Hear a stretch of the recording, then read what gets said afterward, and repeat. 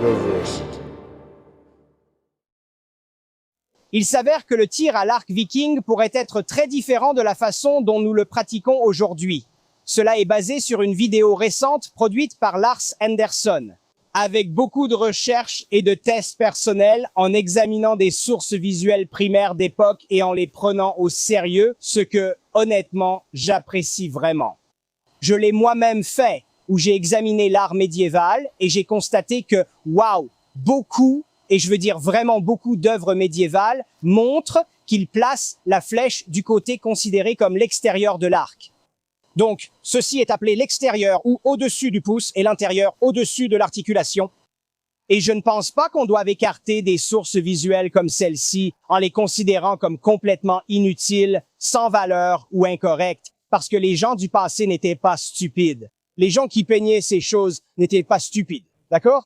Souvent, ils s'inspirent de ce qu'ils voient dans le monde réel et ils le représentent. Si beaucoup d'archers médiévaux tiraient ainsi, il faut le prendre au sérieux, ce que j'ai fait, même si cela a dérangé certains.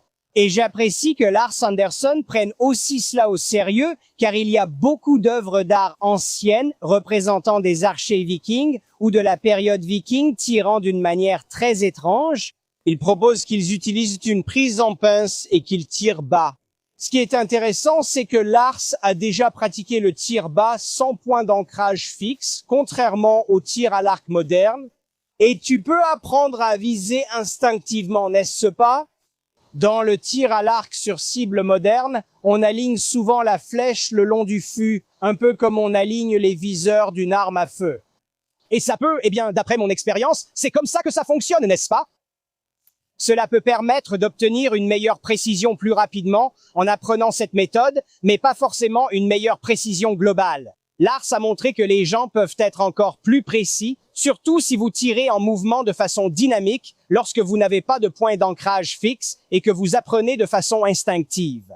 Réfléchissez-y, lorsque vous lancez une balle, l'alignez-vous ou utilisez-vous un viseur? Non. En fait, vous avez tellement bien appris les mécanismes de façon instinctive que vous pouvez évaluer où vous lancez la balle simplement grâce au mouvement du lancer. Vous pouvez faire pareil avec le tir à l'arc. C'est ainsi que Lars Anderson enseigne souvent le tir. Et c'est ainsi que vous apprenez à viser si vous tirez bas sans point d'ancrage fixe en le levant haut. Et il semble que les Vikings, ou du moins certaines personnes à l'époque des Vikings, tiraient de cette façon d'après les représentations artistiques. Et Lars a montré que c'est possible. J'ai cependant quelques questions. Et je veux tester cela dans cette vidéo pour voir à quel point c'est efficace, à quel point c'est facile. Nous ne sommes pas formés à cette méthode de tir, donc nous ne pouvons pas en parler en tant qu'experts. Mais nous pouvons comparer à quel point il est facile de s'y mettre et aussi quelle puissance d'arc on peut atteindre avec cette méthode de tir à l'arc. Maintenant, Lars dit dans sa vidéo que si vous voulez tirer avec des arcs plus lourds et plus puissants, le style méditerranéen médiéval traditionnel est préférable. En enroulant les doigts autour de la corde et en levant le bras pour engager les muscles du dos, évidemment, cela permet de tirer avec des arcs plus puissants. Mais avec cette méthode de pincement en position basse, comme le démontre Lars Anderson, jusqu'à quelle puissance d'arc peut-on tirer? Découvrons-le tout de suite. Beaucoup de choses à tester dans cette vidéo, Tarint. Un petit peu, oui. Je ne m'attends pas à ce qu'il y ait vraiment une grosse limitation ici. Il y en a une. Je veux savoir ce que c'est et où elle est. Je ne pense pas que ce sera une puissance aussi élevée, cependant, parce que je crois que ceci fait quoi? 13 kilos? Environ 13 kilos? Oui, 13 kilos, pas de souci, n'est-ce pas? Mais pour vraiment tirer des arcs avec une puissance plus élevée, il faut vraiment une dynamique spécifique juste pour activer le bon muscle. Oh! Absolument. On va essayer. Je prédis qu'essayer de tirer avec un arc très puissant, un arc à forte puissance, on parle d'une puissance qui approche les 100 livres et tirer comme ça va. Non seulement ça, mais ça va faire mal. Ouais. Ce que je trouve intéressant, c'est la méthode d'armement. Avec elle, tu n'atteins pas ces puissances élevées et tu ne perces pas les armures. C'est la question parce que pendant la période viking, moins de gens portaient des armures. Quand même. De nombreuses œuvres artistiques montrent des gens combattant en simple tunique. Ouais. Et donc, d'accord, si ce scénario est un peu différent où vous tirez contre des adversaires non protégés, Cette méthode pourrait être parfaitement viable dans la plage de 30 à 40 livres si vous pouvez la gérer. Avec des flèches, vous pouvez abattre des humains et des animaux avec cette puissance. Quelque chose que Kelsey mentionne dans sa vidéo, c'est que cette technique permet une décoche plus fluide que lorsque vous enroulez vos doigts autour de la corde. Parce que sous tension, quand vous relâchez la corde sous tension, vous la poussez naturellement sur le côté ou vous la ramenez vers vous en la lâchant. Cela, invariablement, et Lars l'a d'ailleurs montré avec des images au ralenti, fait osciller la flèche davantage. Alors, quelle est la prise? Je vais vous montrer dans une seconde, mais en la relâchant selon la technique méditerranéenne traditionnelle, la flèche oscille et vacille davantage en vol. Et il a montré qu'en relâchant avec la prise pincée, il peut avoir un vol de flèche plus fluide et il tire la flèche. Essayez simplement. Mon gars, j'y arriverai. On y arrivera. Mais il tire une flèche à travers 2 trous de serrure et il peut le faire parce que la flèche est tellement droite qu'elle s'aligne d'elle-même. Mais il ne peut pas utiliser la décoche classique au doigt car la flèche oscille trop. On peut en traverser un seul. C'est cette prise-là? Bang, il pince la flèche. Tu as un peu plus de chair pour tenir la flèche en place. On va y arriver. On va galérer. Nous allons y aller progressivement, Tyrante. C'est quelque chose comme ça, non? Genre, Tu l'entoures encore un peu, mais on y arrivera. D'accord. Mais ce qui est intéressant, c'est que, d'accord, il pourrait y avoir des dynamiques intéressantes en termes de stabilité de la flèche en tirant de cette façon. fais-le. Je vais y arriver petit à petit. Je veux le voir. Attendez un peu, vous verrez. Restez à l'écoute. Aimez la vidéo. S'il vous plaît, aimez la vidéo parce que ça aide vraiment. Vraiment, la portée des vidéos augmente beaucoup plus s'il y a plus d'interactions dessus. Donc, un like et un commentaire signifient plus que vous ne le pensez. Alors, s'il vous plaît, faites-le. S'il vous plaît, aimez la vidéo. D'accord. On ne peut pas vraiment le tester aujourd'hui, mais je pense que la mécanique est correcte. Relâcher par pincement impacte moins la dynamique de la corde que d'enrouler les doigts puis relâcher à cause du mouvement de claquement. Je veux dire, mon avis là-dessus est simplement, est-ce que ça fait vraiment une si grande différence en pratique? Je ne tire pas à travers des trous de serrure. Je tire sur des gens. Tu as raison. Comme une personne. Est-ce pour une précision générale? Probablement pas, honnêtement.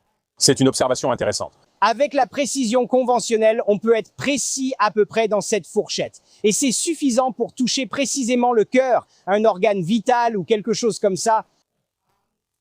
Il dit que tirer ainsi offre un avantage lorsque vous êtes en mouvement ou en train de courir. Oui. Maintenant, c'est une dynamique intéressante concernant la visée en mouvement par rapport à la visée statique. Les personnes qui visent régulièrement une cible fixe sont souvent nulles pour toucher une cible en mouvement. Ouais. Je suis un peu de cet avis. Tu sais pourquoi? Eh bien, présente d'abord ton point de vue.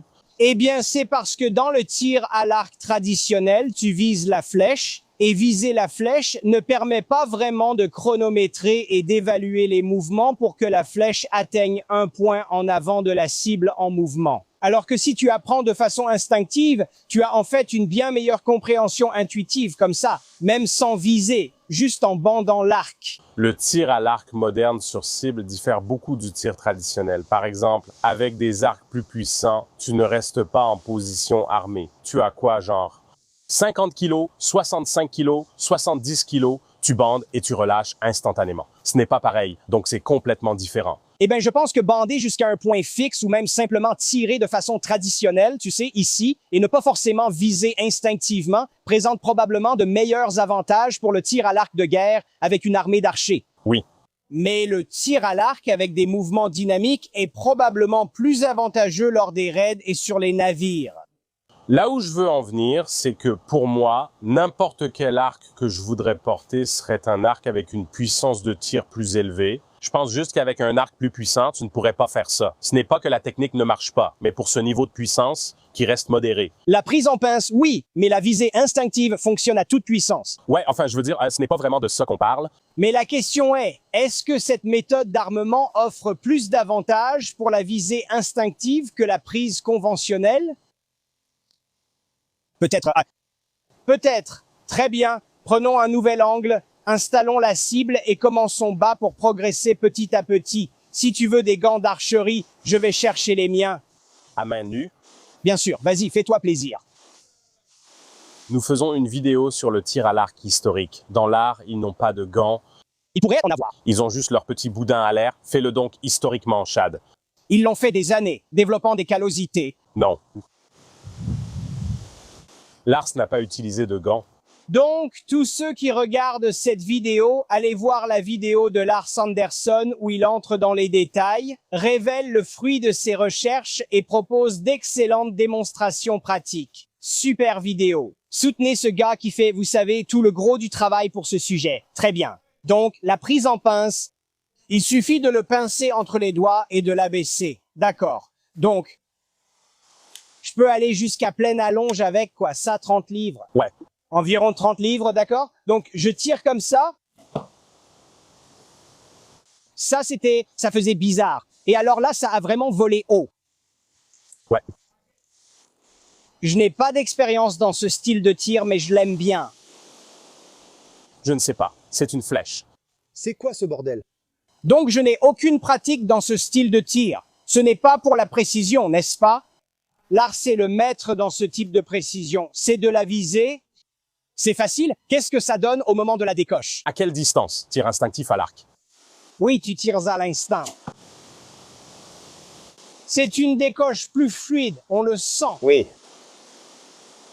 C'est parce que tu fais moins de choses, en fait. Tu ne fais pas grand-chose. Je veux dire, juste ici, Je pense que tu n'aurais pas besoin de beaucoup d'entraînement pour être précis. Comme ça, encore une fois, Je pense que le problème vient de la puissance, pas de la précision. comme là, je ressens déjà. C'est comme si je ciblais déjà. Et c'était la 4e flèche. C'est assez surprenant.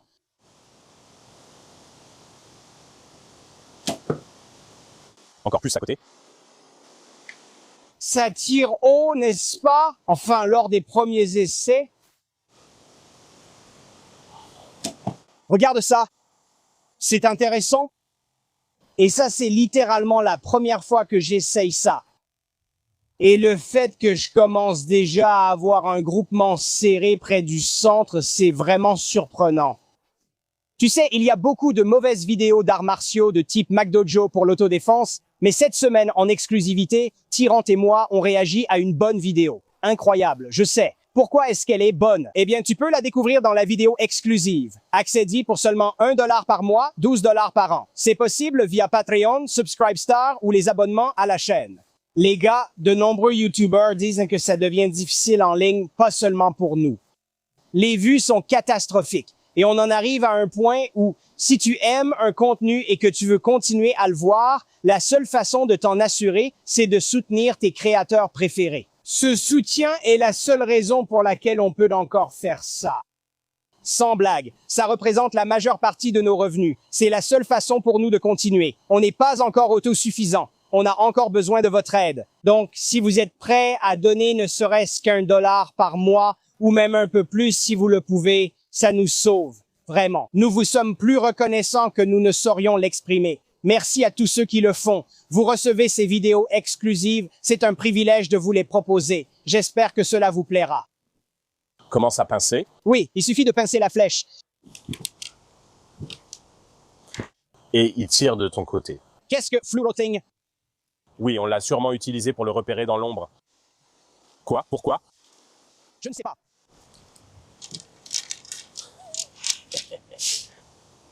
C'est comme ça. Ouais. Donc, honnêtement, ce que je fais pour pincer un peu plus, c'est juste te montrer comme ça, putain. En fait, j'enroule ma jointure sur le côté et je la pince comme ça. Donc, je vais te montrer le truc. Je peux avoir une prise plus forte en la pinçant différemment plutôt que comme ça. Au lieu de la pincer ainsi, j'enroule ma jointure et la pince ici, obtenant une prise en pince bien plus forte. C'est une prise en pince plus faible pour vraiment. C'est beaucoup plus fort pour moi. C'était en plein dans le mille. Ça ne s'est pas planté, ce qui est un peu ce qu'on veut montrer, mais c'était en plein dans le mille. Chat. Je vais le taquiner, ça ne compte pas car ce n'est pas rentré. Ah, dommage que cette flèche en plein dans le mille ne se soit pas plantée. Ouais, Parce que celle-là, elle a tenu. Donc 30 livres à pleine allonge, c'est assez facile. Ouais. C'est... Pourquoi tu tires de l'extérieur, Taran? C'est comme ça qu'il fait dans le truc, ouais. Tu devrais pouvoir faire l'un ou l'autre? Oui, mais c'est ce qu'il fait, non? Il le mentionne. Je ne sais plus s'il a parlé de l'extérieur ou de l'intérieur. Peut-être? Je pensais que c'était pour ça que tu voulais faire cette vidéo au départ. Je veux dire, je préfère tirer par l'extérieur. Allez, essaye, Ayn. Eh bien, j'essaie de viser de façon assez rapide. Tu obtiens une sorte de regroupement dans ce coin supérieur droit. C'est un groupe dispersé. Qu'est-ce que tu penses du lâcher? C'est fluide? C'est un lâcher fluide. C'est un lâcher fluide, mais là, c'est 30 livres et je n'aime déjà pas la sensation sur mes doigts. Augmentons la puissance. Quand tu tires à main nue sur des cordes de 100 livres, ça fait mal, mec. Et ça, même avec une bonne prise. Il est temps d'augmenter la puissance. Ouais, c'est lequel, celui-là? 45 livres. Tu as déjà vu cet arc auparavant? Je veux dire, je l'ai vu, je ne l'ai pas utilisé. C'est un arc spécial. C'est l'arc de mon père. Il est même plus vieux que moi. Ouais. Mais c'est un bel arc. Ne dis rien de méchant. Allez, mec, c'est magnifique. Regarde-moi ça. Ouais. C'est sympa. Je veux dire, je suis plutôt fan des arcs traditionnels, en général. Ouais. Mais en ce qui concerne, tu sais, le style plus, je suppose, moderne avec ça. Moderne, mais aussi carré traditionnel. Genre, ça, ce n'est pas, cet arc est plus vieux que moi. Mon père, tu sais, c'est un objet de famille qu'il m'a transmis, même s'il n'est pas mort. Ouais. Et donc, comme quoi? Je sais pas, un arc centenaire vu ton âge. Ouais. 20 kilos. Je pense que c'est là qu'on va commencer à avoir un peu de mal. Ouais. Comme 20 kilos sur 3 doigts, à peu près. Cet arc n'est pas conçu pour tirer ainsi, donc ce sera un peu étrange. Maintenant, gardez à l'esprit, les gars, pour ceux qui ne le savent pas, la puissance maximale de l'arc est atteinte quand vous tirez complètement la corde. Ouais. Si vous ne tirez la corde qu'à moitié, vous n'avez peut-être que 20 ou 30 livres de puissance. Eh bien, attendez, l'autre arc, on l'a tiré au maximum, donc c'est 30 livres, on peut atteindre 30 livres avec cette allonge. Celui-ci, oh, c'est à peu près la limite de ce que je peux faire. Ouais. Genre, c'était aussi moins puissant parce que la course utile était plus courte. Donc, la course utile, faut aimer une bonne poussée. Je crois employer la bonne terminologie, la course utile. Les femmes aiment une bonne poussée, tu sais? Est-ce que c'est la durée pendant laquelle la corde transmet de l'énergie? Donc, même si je tends cette corde à 30 livres, ce qui est mon maximum, ça semble être à peu près le maximum que tu peux faire avec cette allonge, parce que c'est une allonge plus courte, ça va tirer beaucoup moins puissamment qu'un arc qui peut atteindre 30 livres à pleine allonge. Donc, avec ta course utile, tu plafonnes à 30 livres. Oui, c'est ça. Arrête d'être sale, Tyrante. Oh mon Dieu, c'est... Ça ne tient même pas dans le truc. Ça fait 2. Non, est-ce que j'ai cassé quelque chose? Je crois qu'il y en avait un qui l'était un peu. Je l'ai cassé, Ouais. mais j'ai quand même réussi à faire un dans le 1000. Ah non, Ça compte, c'est un dans le 1000. je reste. Il n'y a rien là-dedans. C'était dedans, je l'ai sorti puis remis. Ça compte. Chad vient de montrer sa course de propulsion. Je vais faire un super plan de sa course de propulsion. Attends un peu. Fais un super plan. Hein? Oui, un super plan de la course de propulsion. On va prendre quelques plans de coupe de ça. C'est magnifique. Voilà le super plan. Désolé Shane, je sais que tu n'aimes pas ce langage. D'accord. Ouah. Money-shot a un stand de prêteur sur gage. Si tu ne le savais pas, non, je ne savais pas, parce que je ne suis pas un dégénéré. Moi, oui. J'ai trouvé ça drôle. Je ne vais pas mentir par contre. Ça a l'air un peu ridicule. Oui, ça a l'air ridicule. Tu sembles faible, comme si tu ne pouvais pas passer. Non, je ne dis pas que tu as l'air bizarre. J'ai sûrement la même tête. C'est juste ta posture qui est étrange. Je n'arrive pas à m'accrocher à ça. C'est vraiment difficile. Vraiment. J'ai l'impression de tricher parce que je mets un peu mon doigt derrière. Donc tu enroules le doigt autour. Je dois toucher car je ne peux pas le tenir. C'est de la triche. Mais j'utilise toujours sa prise quand même. Ne l'enroule pas, fais celle avec les jointures comme moi. Ta prise avec les jointures est mauvaise. Non, ma prise avec les jointures est parfaite. Il n'a pas dit que tu ne pouvais pas mettre la courbure naturelle du doigt derrière la corde. Non, ça c'est de la triche. Vidéo terminée. J'ai gagné plein centre. Et c'est resté dedans. Plein centre. Et ma puissance de tir a atteint un maximum de 40 livres. N'importe quoi. Genre, oh ouais, si j'utilise la méthode T-Rance, N'est-ce pas? ouais. Enroule un petit doigt autour du truc. Ouais, je peux y aller. Je n'ai pas enroulé mon... Non. Je l'ai placé dans la courbure et tiré en arrière. Je n'ai pas enroulé mon doigt. Tu pinces la corde elle-même. Ouais, Comme ça, comme ceci? Oui. Je peux faire ça aussi. C'est de la triche. mais ce n'est pas dans le 1000 par contre. Donc mon tir dans le 1000, c'est celui-là, juste là. Ouais. J'ai déjà mis dans le 1000 avant Tyrant. Non, je l'ai fait. De quoi tu parles? J'ai eu le premier. Ouais, la flèche cassée. C'était l'œil du premier. Celui d'avant, quand elle a touché le centre. Oh. Seule celle qui est restée plantée compte. Alors, c'est la partie intéressante. En gros, c'est là qu'on en est. Regarde ça. C'était en plein dans le 1000. Je ne l'ai pas vu. Ouais, c'était un vrai coup dans le 1000. La caméra non plus. Mais ça n'est pas resté planté. C'est comme ça que j'ai fait. Non? Est-ce que ça compte s'il reste planté ou pas, Tyrant? Je ne sais pas. Ouais. Maintenant, il ne sait pas. Je vais décider et publier. D'accord, mais le problème, c'est que c'est le maximum. Je pense que c'est le maximum. Par exemple, si tu le coinces un peu plus avec la pince, tu peux le tirer un peu plus en arrière. Mice. D'accord, mais ici, c'est là qu'on commence à changer l'objectif. Donc tu peux tirer ça en arrière avec une prise classique. Ouais. Mais même là, ça ne l'est toujours pas. Je ressens toujours que Mon bas du dos commence à me faire mal. Un point. J'ai des douleurs au dos. Ce n'est pas bon pour lui. Donc, en ce qui concerne la bonne prise, la prise que tu es censé avoir, la bonne posture, je pense que c'est là que tu vas commencer à atteindre tes limites. Ouais. Ça soulève une question intéressante. N'est-ce pas? C'est de 70 à 80. Ouais, bonne chance. Je l'ai déjà essayé. Tu n'as pas mal au dos. Non, maintenant c'est Chad qui galère, comme il l'a dit au début. J'ai bien dit qu'on lui montrerait. Ce que ça pourrait nous apprendre, Tyrant, c'est que si les archers de l'époque viking tiraient de cette façon, leurs arcs ne devaient pas faire, 18 kilos. Oui, au maximum. Si on veut être généreux, 23 kilos, disons 23 kilos. On pourrait dire 23 kilos en forçant un peu, non? Mais ça, c'est une faible puissance. Cela, c'est plutôt une puissance moyenne. En fait. 50 livres, ça irait. Et regarde, Je suppose que pour la chasse et la guerre sans armure, tu pourrais tuer des gens avec ça, mais tu ne peux pas vraiment tirer à pleine puissance de cette façon avec ces trucs-là. je sais que tu ne le feras pas, tu ne sortiras pas avec ça. D'accord, cool. Tu sais ce que je fais? Oui, tu le tires en arrière comme d'habitude. J'enroule mon petit doigt. C'est instinctif. Tu veux le ramener en arrière et naturellement, ton doigt, sans même y penser, fait juste « ouais, je vais faire ça ». Alors tiens, pince-le. J'essaie de le pincer, mais mes doigts refusent. Parce que si je fais juste ça... D'accord, je me pince sur l'articulation. Ok. Et curieusement, ça ressemble à environ 30 livres. Ouais. Donc ça me fait mal au dos. Désolé. Ouais, il y a un moment. Tu n'as pas décoché. Tu as seulement essayé de tendre l'arc.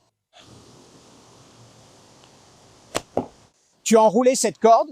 Je ne faisais pas ça. Laisse-moi tranquille. Je ne te crois pas. Observe. Viens voir. Non, tu peux venir et observer. Ça veut juste dire que Tyrant a bien plus travaillé sa poigne que moi. Surtout sa main droite. Je le mets ici. Je n'enroule pas. Je le mets juste dans les petites rainures. Non, c'est toi. J'ai vu ça. Regarde ce doigt. Là, ton doigt fait le tour. Oh, tu triches. Il disait, je fais juste ça. Mais quand il commence à tirer, il fait ça. Espèce de foutu mouton. Toute l'attention s'exerce. Mais regarde. Regarde, j'admets que tes doigts ont naturellement tendance à faire ça, mais pas correctement. Ouais, sur l'articulation. Faire quoi? Je vais essayer. Juste pour embêter ce connard. Ouais, oui, merci. D'accord, laisse-moi me mettre en position. Ouais. Oh non, tu fais encore tes salades. Je t'ai vu enrouler cette corde, espèce de tricheur. Comment décrire ça? Quand tu poses tes doigts sur une ficelle et que je tire fort en arrière, ils sont là, dans le petit. Naturellement, tes doigts se courbent. Oui, c'est autour de la ficelle.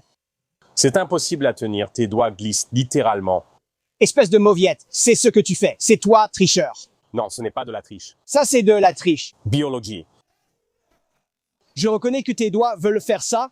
Non, mais non, non, tes doigts se replient naturellement plus tu mets de force. Parce que tu les replies, mais tu tires en arrière. Tu triches. Fais-le avec la bonne prise en pince. Ce n'est pas la bonne pince. Il a fait une pince à 3 doigts, à l'italienne, mais ensuite... Oui, je peux enrouler mon doigt du bas autour. Non, je n'ai pas enroulé mon doigt du bas autour. Espèce de fichu mot.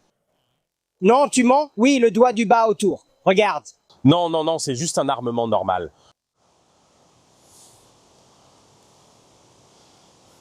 Je dois supporter ces tricheurs. Il sait que si tu le fais normalement, tu ne peux que le faire. Genre, ultra, je vais essayer, d'accord? Tu sais quoi? Ouais, Oui, vas-y sur cette articulation et ce doigt. je vais juste faire comme toi, mais de la mauvaise façon. Je vais le faire de la mauvaise façon. Oui, ouais, c'est ça, c'est ça.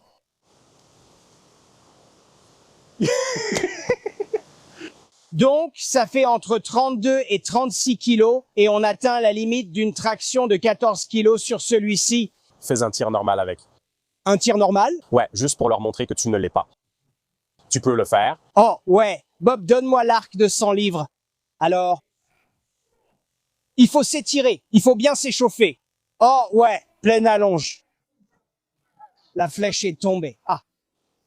Pleine allonge, 100 livres bébé? Eh bien, tu ne vas pas tirer avec. Alors, je vais tirer avec. J'allais le faire, mais Tyrante l'a pris. Mais mes doigts ont glissé de la corde.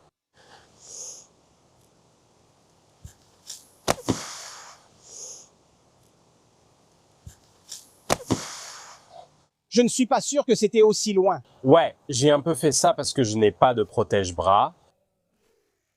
Ça me rappelle ta première fois avec cet arc. Ouais. Cet arc et moi, on a une relation de haine. Point. Je ne l'aime tout simplement pas. J'étais avec Nathan hors caméra et j'ai prédit ce qui allait arriver. J'ai dit que ça lui taperait sur le poignet. Tu l'as retenu? Je me souviens que Tyron a juste fait... Putain, ça fait mal. Je ne l'ai pas poussé au maximum car je n'arrive pas à garder mon poignet incliné. Je vais la pousser à fond, bébé.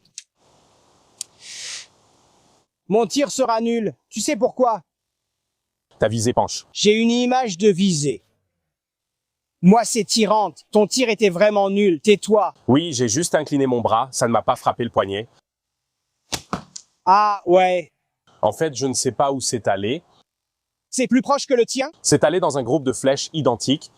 Les arcs de guerre lourds, c'est amusant à tirer. Ils frappent fort. C'est très amusant. Ils ont du recul et on a de bonnes sensations. On ne va pas tirer avec des arcs de guerre pour s'amuser. Si tu le fais. C'est vraiment amusant. Mon gars. Ouais, mais Oh, en plein dans le mille. Regarde ça. non, je ne pense pas que la caméra pourrait. Boum. Donc c'est une analyse et une étude très intéressante. Ce que je pense que cela révèle, c'est que cela remonte peut-être aux premières pratiques du tir à l'arc à l'époque des Vikings. Tu remontes à 500 après Jésus-Christ, n'est-ce pas?